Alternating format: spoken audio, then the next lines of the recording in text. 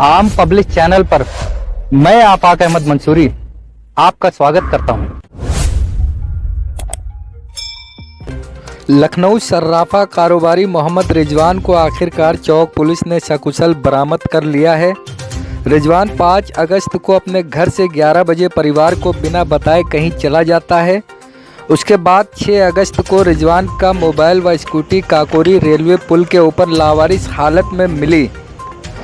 रिजवान की पत्नी ने 10 अगस्त को थाना चौक में गुमशुदगी की रिपोर्ट दर्ज कराई थी, जिसके बाद पुलिस के द्वारा सर्विलांस सेल की मदद से लगातार लापता रिजवान की तलाश की जा रही थी।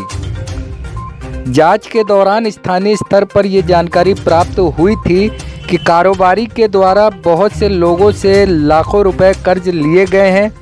चौक पुलिस और सर्विलांस सेल पश्चिमी लखनऊ की टीम के द्वारा प्रयास करते हुए गुमशुदा रिजवान को नई दिल्ली स्थित शिवनगर के उत्तम नगर से बरामद किया गया, जिसके द्वारा पूछने पर बताया गया कि मेरे ऊपर व्यापार में घाटा होने के कारण कर्जा हो गया था।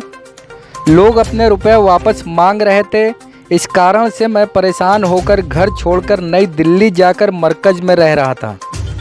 दिनांक 5 अगस्त 2022 को चौक के एक सराफा व्यापारी रिजवान, जिनकी यहाँ पे सराफे में इनकी सोने चांदी की दुकान थी, दिनांक 6/8/2022 को इनकी स्कूटी एक्टिवा, इनका फ़ोन और संबंधित अन्य सामग्री, ये जो काकोरी का आरोबी है, आरोबी का माने रेलवे ओवरब्रिज, उस पर इनको लावारिस हालत में पाया गया और 5/8 को ये घर से बिना बताए कहीं चले गए थे।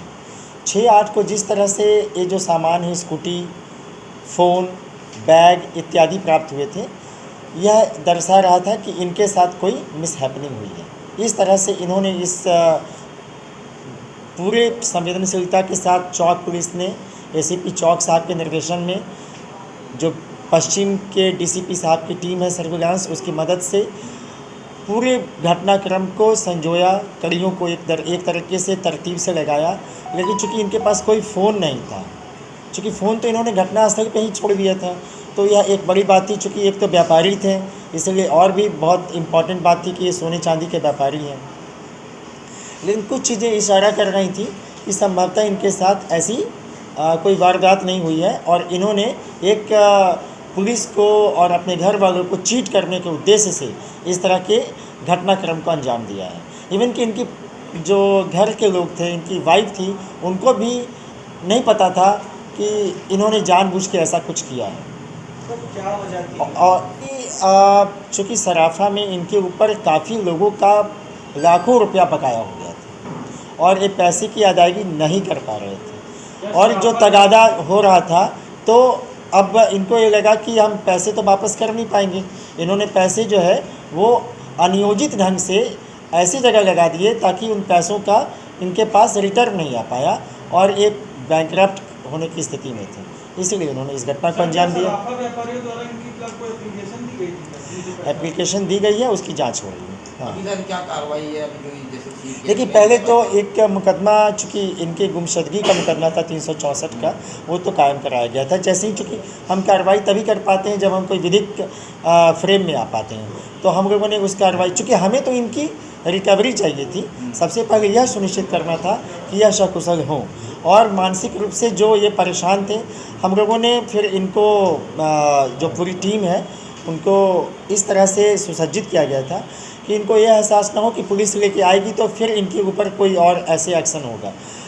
जो एक्शन होगा वो तो विधिक कार्रवाई में होगा, लेकिन बात यह है कि सबसे पहले वो व्यक्ति जिसने कि इस तरह की घटना को अंजाम देने के लिए ऐसा नाटकीय घटनाक्रम की रचना की है, वो किसी मानसिक भावावेश में कुछ और भी कर सकता था। इसमें शिकायतें आई हैं, but it is not less than 50 lakhs। Sir, application के दबाव के चक्कर में तो पुलिस द्वारा ऐसा कोई दबाव नहीं, एप्लीकेशन का दबाव नहीं था। एप्लीकेशन तो पहले नहीं आई थी। ये जब इन्होंने अपने स्कूटी को, बैग को, फ़ोन को वहाँ पे छोड़ के काकोरी के पास चले गए थे, उसके बाद जब मुकदमा गुमशुदगी का इनके परिजनों की ओर से कायम हुआ, तत्पश्चात इनके विरुद्ध कुछ शिकायतें प्राप्त हुई थी। कोई मुकदमे किसी एप्लीकेशन के दबाव में नहीं गए थे। जिनका पैसा बाकी होगा वो मांगते होंगे इनके पास, और जायज़ भी है मांगना, लेकिन इनको ऐसा नहीं करना चाहिए था और इसकी वजह से इनका परिवार काफ़ी परेशान हालत में था। और मैं एसीपी चौक साहब और उनकी टीम इंस्पेक्टर चौक को बधाई देना चाहूँगा कि उन्होंने इस व्यक्ति को सकुशल बरामद किया। पैसा बाकी होगा और जो यदि वो अपनी एप्लीकेशन दिए हैं, सबसे पहले तो सुनिश्चित किया जाएगा कि वो वाकई में एप्लीकेशन वो जस्टिफाइड है कि नहीं है, ठीक है ना। और यदि है भी तो कुछ ना कुछ तो अकाउंट मेंटेन किया होगा उन्होंने, वो अकाउंट मेंटेन कर इसकी जांच की जाएगी और सक्षम स्तर से जांच की जाएगी। और यह इन दोनों के बीच का प्रकरण है।